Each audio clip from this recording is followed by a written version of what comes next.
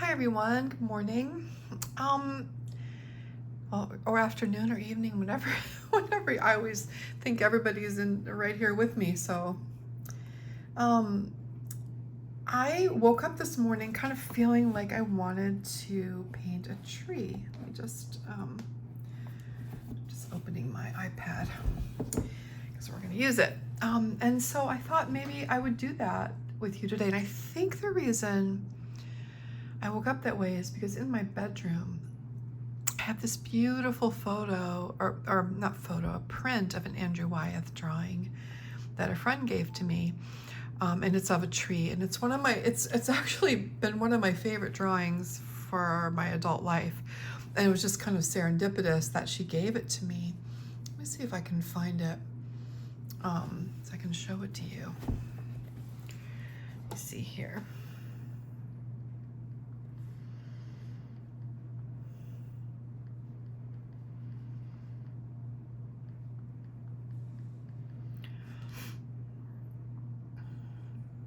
It's this one, the sycamore tree, study for Pennsylvania landscape. So I have this in my bedroom on the wall, and I wake up looking at it often.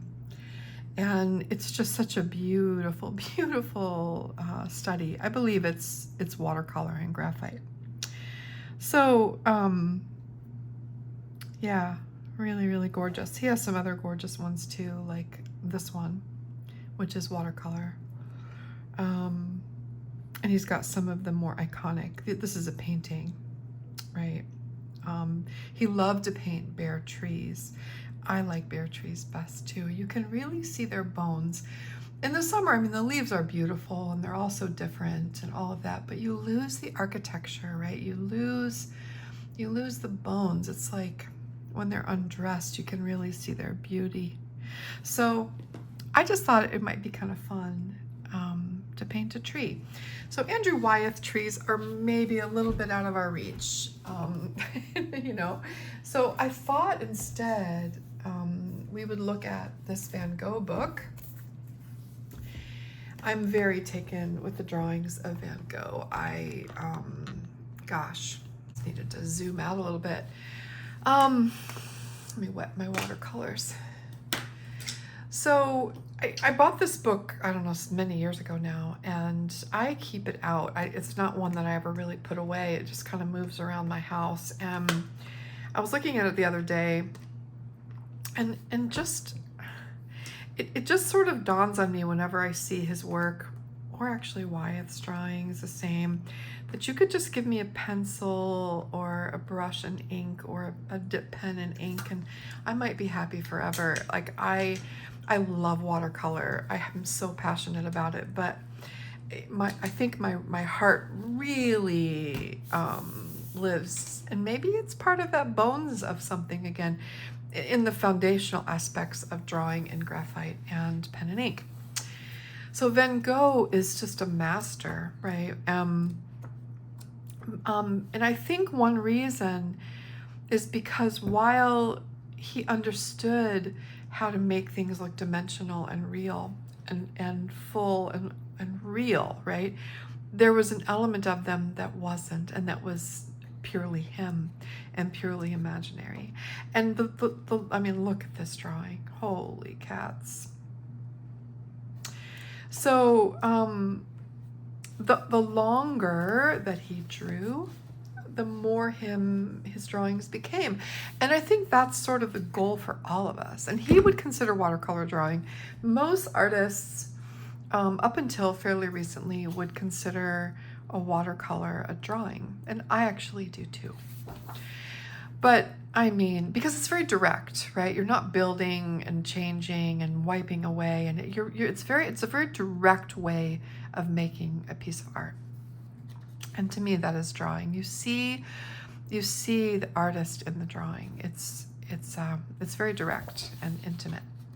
But the longer, you know, in his career that you look, the more things become sort of stylized in his own way. So I thought that, I'm not sure which one, but I just wanted to find a drawing of trees This actually inspired me to do a piece. It's actually hanging in my bedroom. You know what? I'm gonna go show you that drawing. It's hanging in my bedroom, and it's behind glass, and I couldn't afford really good glass at the time. So it's always got kind of a glare on it, but you'll see how inspired I was by this. And I had my own way of mark making that I still use actually, but you'll see the inspiration. But I thought we would just kind of look through and see, also inspire you to get this book because it is phenomenal.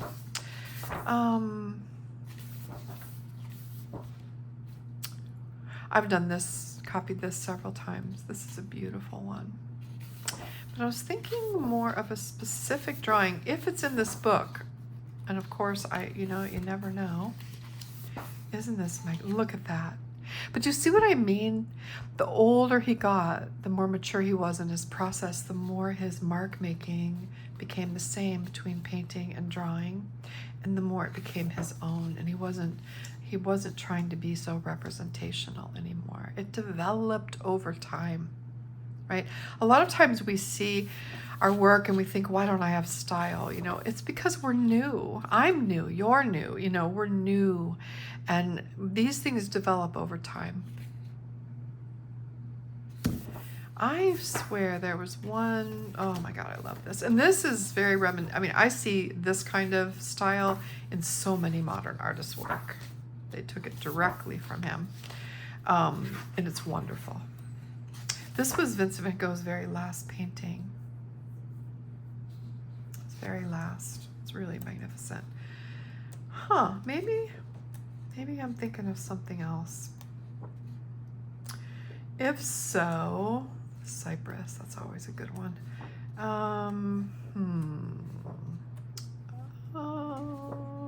We can go back. Well, that would work, but that's not quite what I had in mind. And I was just going to take a picture of it for you so you could look at it also while you were doing yours. Oh, what a unique artist. Those are nice. I love those kinds of trees.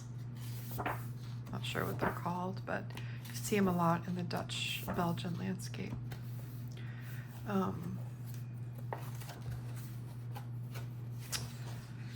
Nope. Well, I guess we could do these. This would work. So I don't want to, I don't want to make it too difficult. I want you to feel some freedom in it. All right. And we're not going to copy his style for this, but I want to copy like the simplicity of what he did. This is another one that's really good, the one that inspired me. So we can go between those, and we're going to paint trees. And I'm going to show you not just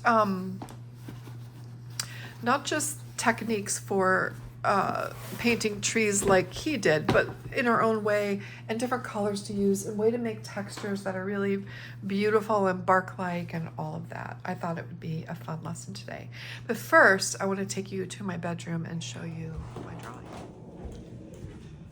Didn't even look oh good, I made my bed. All right, here's the drawing. So, it's very, like I said, I could only afford cheap glass. So it's really hard to see. And if I turned on the light, it would be even worse because you would see. But you can tell that I was influenced by Van Gogh. I wish. I'm gonna try to take a picture of it. It's impossible.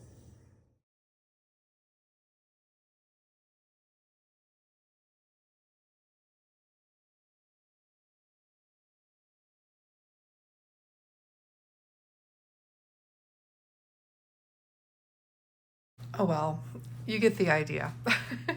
It was just that, that where you see trees big and then you see the depth of field through the size of the trees, and that's what super inspired me.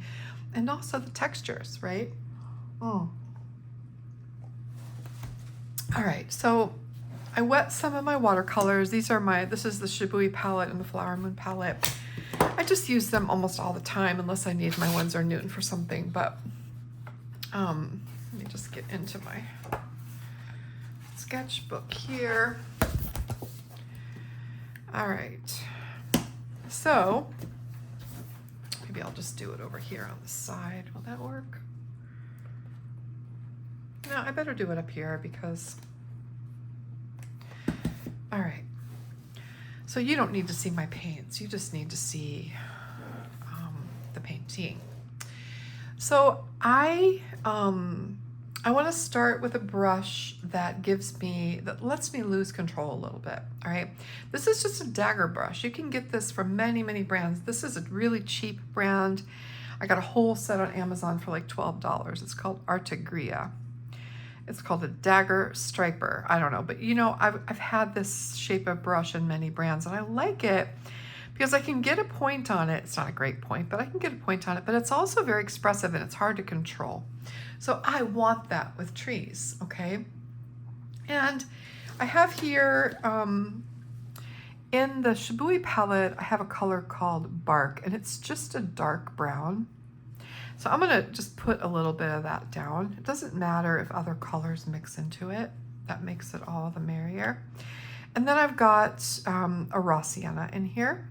So I'm gonna take a little bit of that and put it down. And I'm gonna pick up other colors too, but I'm gonna start, oh, and I got burnt sienna. So I've got lots of colors in here. So what's this color? Oh, this is a shale gray. In fact, I might start with that. Just a really light gray. That might be really beautiful. And I'm going to look at the tree, the main tree kind of on the left. And I'm going to start by just kind of making a shape that is sort of like the branches. And then here it comes out.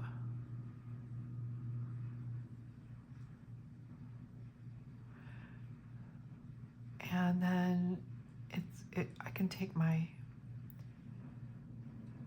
point and kind of bring it up like that, right? Because this is like super loose and free.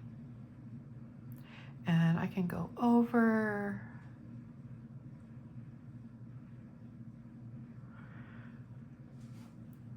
Then there's one that comes up here, crosses over. And I can't even tell like where one ends and where another one begins. So I just cross over, right? And the whole key to this is the looseness and the not giving a whit about where these things go.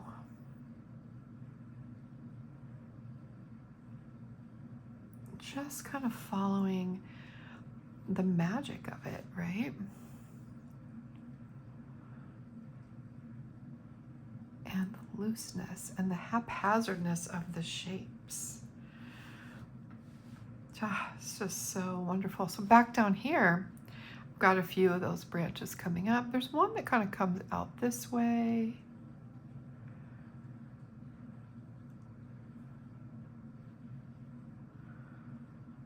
Right?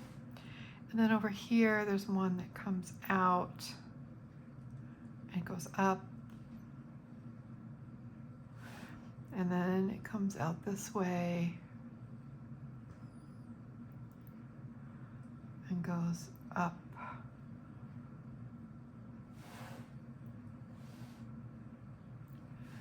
And I like this. I like this brush.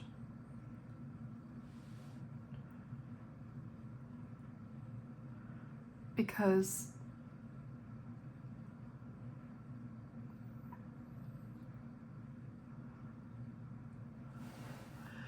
it goes way out there.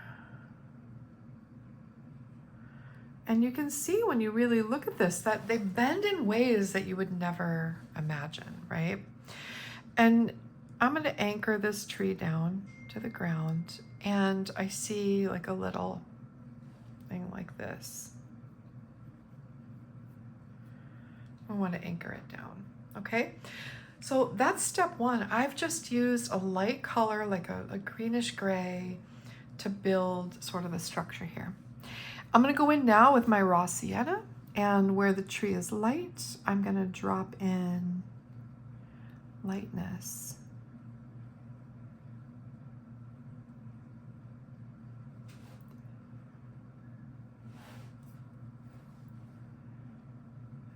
bigger areas, right?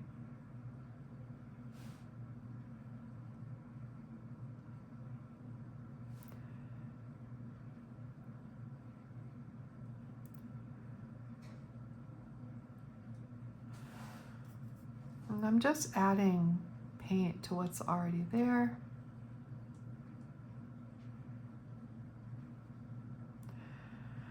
And adding a couple little tendrils here and there, because things branch out and they get smaller. I can use the tip of that brush in this other color, right? But notice how I'm not trying too hard. I'm just letting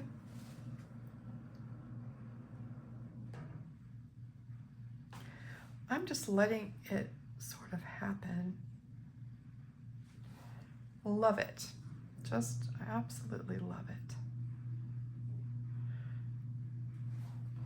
Okay. And then I'm going to go in with my dark color. And for this one, I might actually change to a smaller brush. Let me just get more of that on my palette. I might change to a smaller brush now. And I'm only going to go where I see the darkest places. Van Gogh told us by using stronger lines. So he told us where things got darker. Here, here, here. All you have to do is follow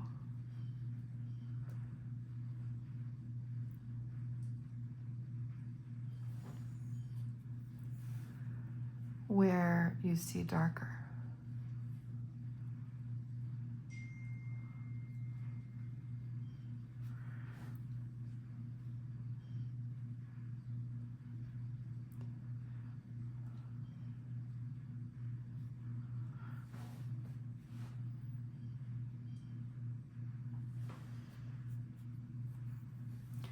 Not too much dark in here, but I'm just going to put a little bit because I see just a tiny bit in there, but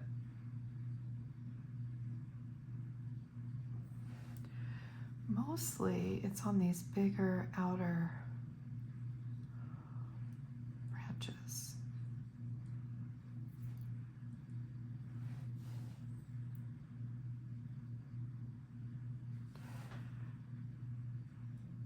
Pretty amazing. This one, I've got some dark coming all the way out.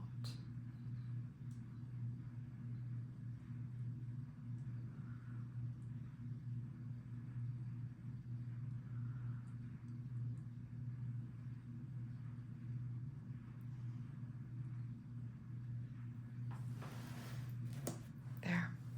And then he's got some lines that he had coming down in here. Just a little bit of lines. And he also did some foliage marks on this. They're very subtle. So what we can do is we can take a little bit of green,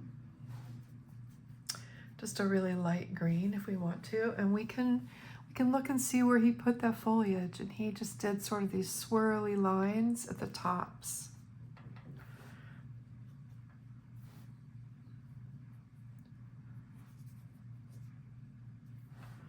Right?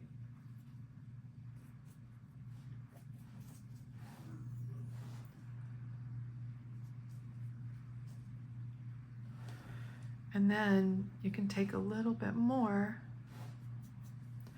and you put these little dots inside just to represent leaves here and there.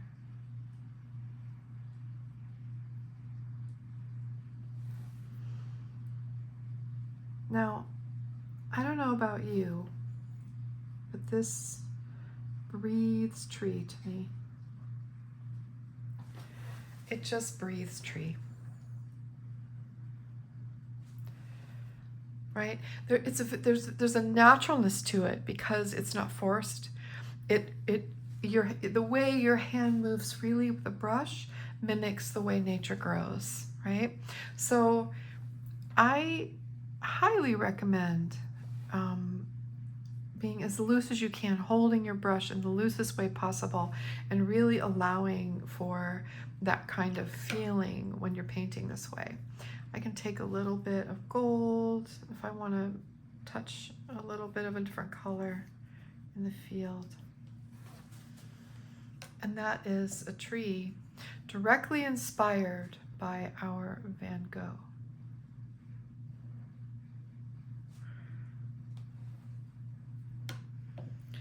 Okay, so that's one.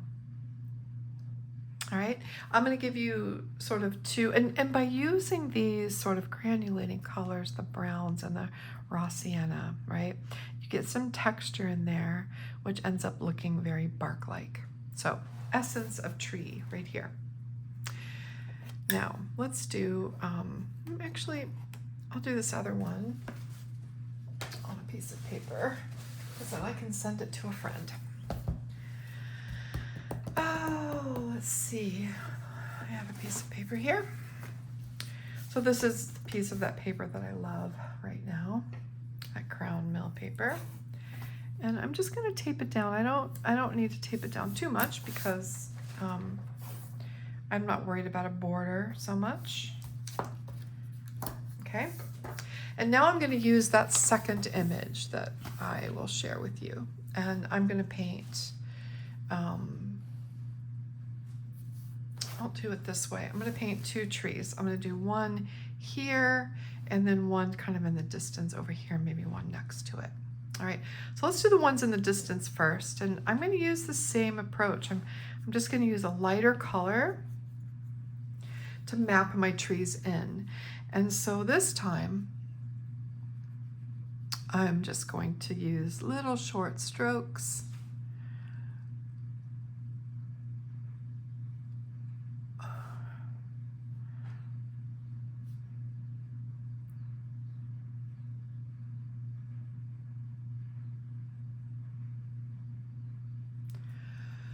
Okay.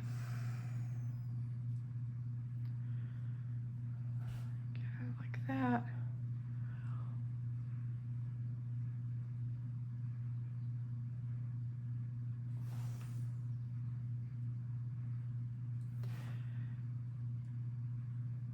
Okay. And for the leaves, I'm going to start right away with some green. I'm just going to put some green on the palette, and I'm just going to go in with little dots to represent leaves and some little swirly lines to represent boughs. And then we've got leaves. Leaves are, he's just using little dots, right? Lots of little dots. Sometimes they're darker, sometimes they got swirly things happening, but they're pretty simple.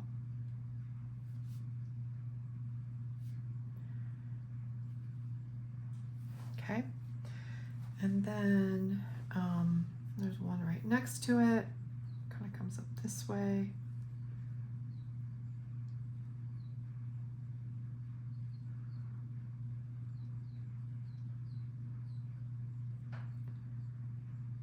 Really being loose and free with it. And then grabbing my leaf color, and it's kind of got the same thing, little swirly lines.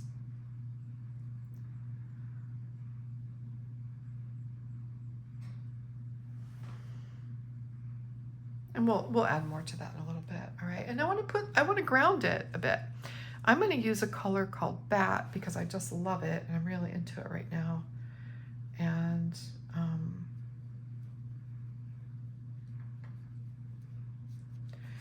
just add some color around there.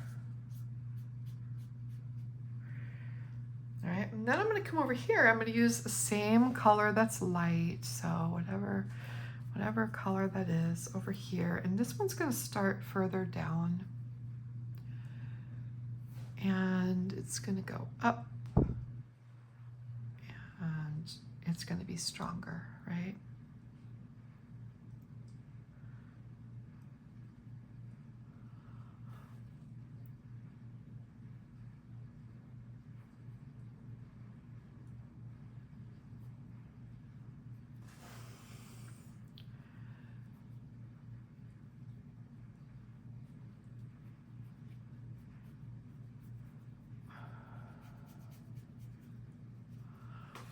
right tree, the main shape. And maybe I'll put a little piece that comes up like that. All right. And then I don't really see any foliage on this one in the same way, but instead I'm going to take the green, and he's just got little marks that come out this way. Little back and forth marks like this instead. These are, so it's a different kind of tree maybe. We're not going to worry too much about it, but we're just going to put some back and forth marks like that. Okay, now I'm going to go in with some darker colors. I'm going to take some raw sienna and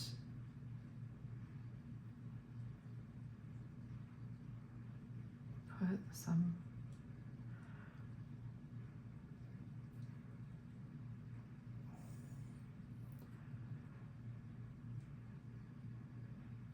okay.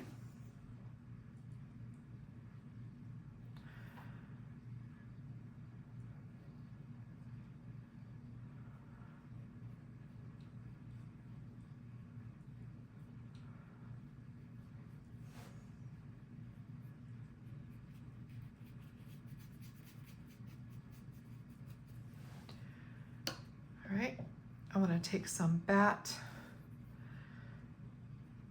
and put it down at the base here.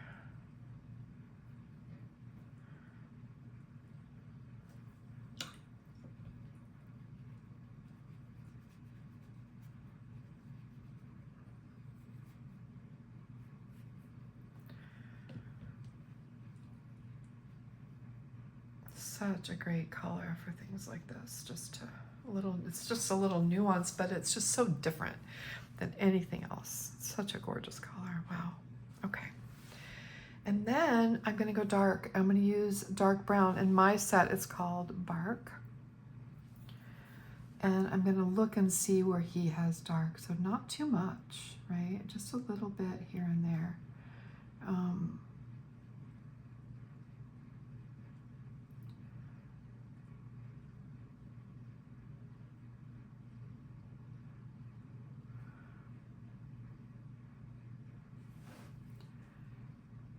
Mostly in these crevices, he got a little darker, which is where trees would be darker. Where things meet is usually where they become dark, right? Okay. And on this one, definitely on the inner sides of these boughs.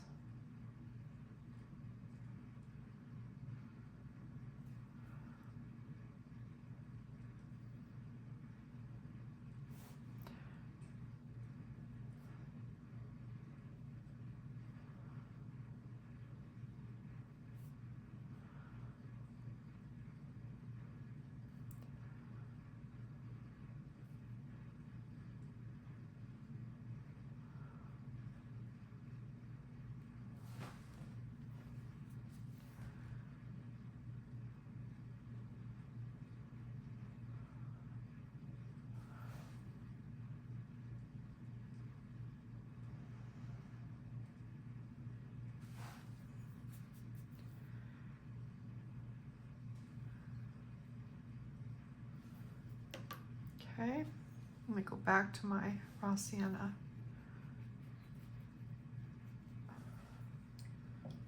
And even just dropping in water gives it a texture, right? Go back to my leaf color, just like a darker green, and like in part of it, where my leaves are, some different textures and shapes.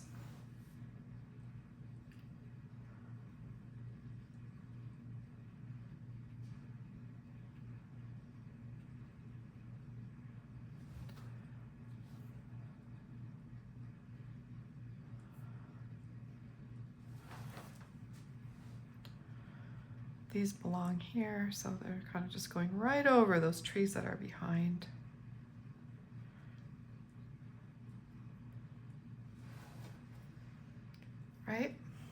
then these are in the distance, so they're going to be lighter. So I need to go even darker in some of these in the front, because that's how I show that the ones in the background are in the distance. If I go darker up here, it's closer to me, and lighter in the distance. So I might even take some Mother Earth Gray and mix it into my green, and maybe a little bit of a dark blue and mix it into my green. So I've got like a really dark color that I can just put in a few places, just a couple here and there.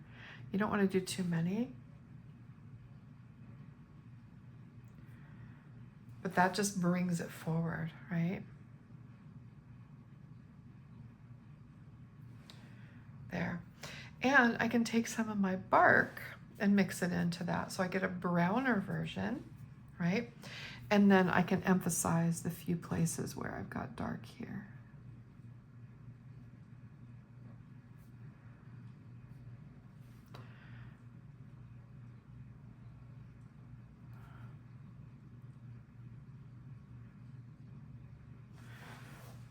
Right?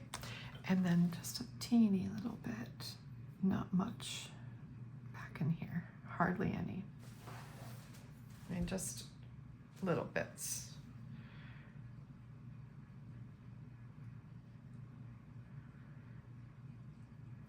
Okay. There. And then if I wanted to, I can take some yellow and I can, if I want to give it some color.